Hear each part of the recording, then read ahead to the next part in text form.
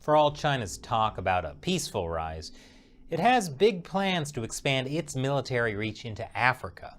China already has its first overseas military base here, in Djibouti. It's just 6 miles from a US base. The location is strategic, overlooking a key choke point for maritime traffic going to and from the Suez Canal. If you think toilet paper was hard to find when the Suez Canal was temporarily blocked back in March, imagine what it'll be like if the Chinese military decides to block it off permanently. Start hoarding now. Anyway, according to classified American intelligence reports, China is well on its way to building its first military base along the Atlantic Ocean. US intelligence believes it will be here, in Equatorial Guinea. There's already a Chinese-built deep-water commercial port in Bata, Equatorial Guinea's largest city. Supposedly, the port in Bata is a civilian port, but according to US officials who spoke to the Wall Street Journal, US intelligence reports raise the prospect that Chinese warships would be able to rearm and refit opposite the east coast of the US because of the location of Equatorial Guinea. The US has already been frantically trying to rein in China's military expansion. Recently, China signed a secret agreement with Cambodia to allow the Chinese Navy access to their military port. And earlier this year, US intelligence discovered China was building a secret military base in a Chinese-run commercial port in the United Arab Emirates. But China has a major foothold in Africa, and the US is struggling to deal with it. I'll tell you why after the break. Zombie.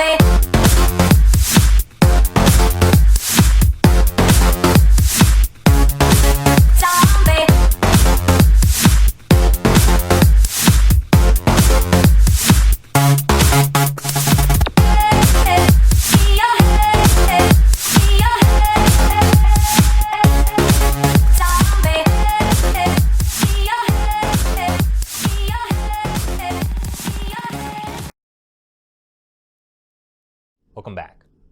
According to US intelligence, China is attempting to build its first military base on Africa's Atlantic coast. Again, most likely that will be in Equatorial Guinea. The Pentagon knows that's a big problem. Back in April, General Stephen Townsend, the top US general in Africa, specifically warned China was pursuing bases on Africa's Atlantic coast.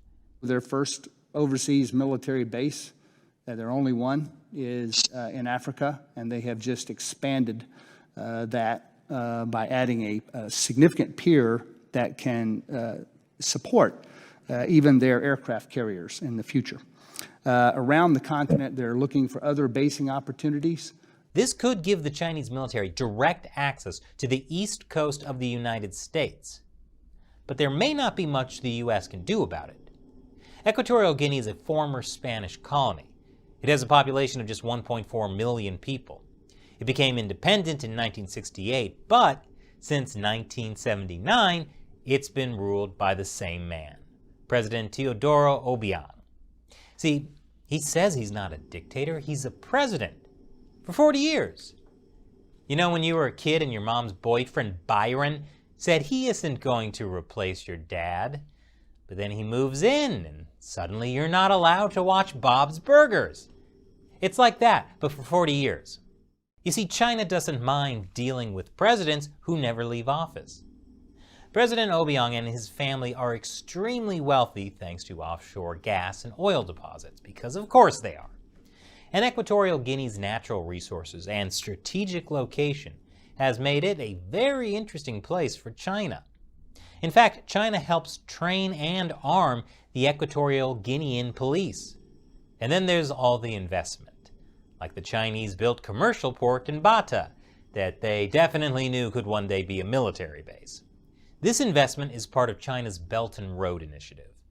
China gives out loans to countries with questionable leadership to build infrastructure. And as General Townsend warned, that infrastructure sometimes ends up in China's hands. China, however, is of great concern. They are literally everywhere on the continent. They're placing a lot of bets down. They're spending a lot of money. We know they use debt trap diplomacy, coercion with corrupt politicians. They build a lot of critical infrastructure, and so most of their competition is through economic means, building infrastructure and trapping African countries and bad loans that give the Chinese access to that infrastructure. It's like if your friend gave you a PS5, but only if they can come over to your apartment to play it whenever they want. And then, 6 months of gaming sessions later, you realize they've been sleeping on your couch and started calling you roomie. That's why China has built so many commercial ports. Chinese state-owned companies have built 100 commercial ports around Africa in the past 2 decades, according to Chinese government data. That's a lot of apartments for them to potentially crash in. And China has at least considered turning some of them into military bases.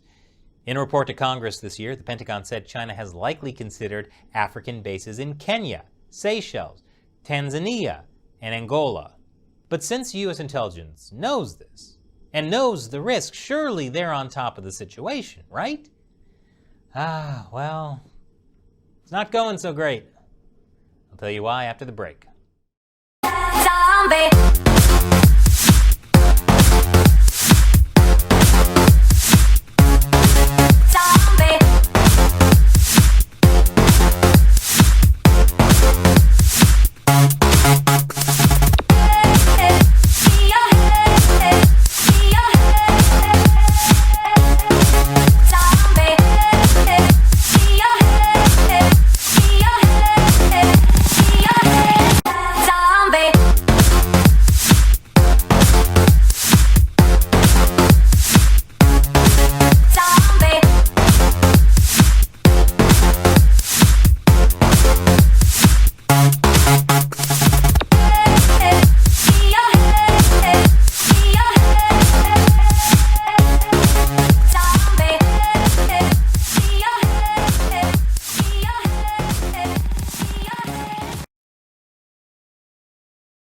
Welcome back.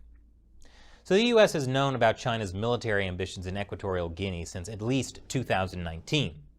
Trump sent a senior Pentagon official there in the later days of his administration. Recently, the Biden administration also sent a top U.S. official, who said, as part of our diplomacy to address maritime security issues, we have made clear to Equatorial Guinea that certain potential steps involving Chinese activity there would raise national security concerns. Yeah, certain potential steps. Very diplomatic. Just like when my bookie told me he'd take certain potential steps with my teeth if I didn't pay him the money I owe him. Of course, there's a small problem that makes it challenging for the U.S. to deal with Equatorial Guinea. The State Department has accused the Obiang regime of extrajudicial killings, forced disappearances, torture, and other abuses. And the U.S. Justice Department has accused Obiang of amassing a fortune through corruption and money laundering. This is what gives China leverage. The Chinese Communist Party loves corruption and money laundering. That's practically the party's middle name. The Chinese Communist Corruption and Money Laundering Party. Okay, that's a little long. And extrajudicial killings, forced disappearances, and torture, those are the party's nickname, Twitter handle, and Xbox gamer tag. The U.S. doesn't like those things. and publicly criticizes Equatorial Guinea for it.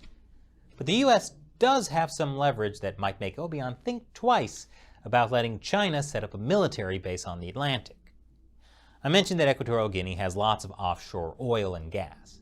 That's why Obiang and his family are so rich, and why the country is the richest on the sub-Saharan mainland, at least by per capita GDP. Well, Equatorial Guinea relies on American oil companies to extract those resources. There's also a big problem with pirates and illegal fishing. The U.S. has offered to help, and beyond that, the U.S. is actively trying to sweeten relations. Earlier this year, what appeared to be an accidental ammunition explosion leveled an army base near Bata. The U.S. offered aid. The same month, Equatorial Guinean troops participated in U.S.-led naval exercises in the Gulf of Guinea. In August, an American Navy ship anchored off the Bata port, and the captain invited local officials and naval personnel aboard to observe firefighter training. But it's like the old saying goes, you can lead a horse to water, but you can't make him ally with you against the Chinese Communist Party.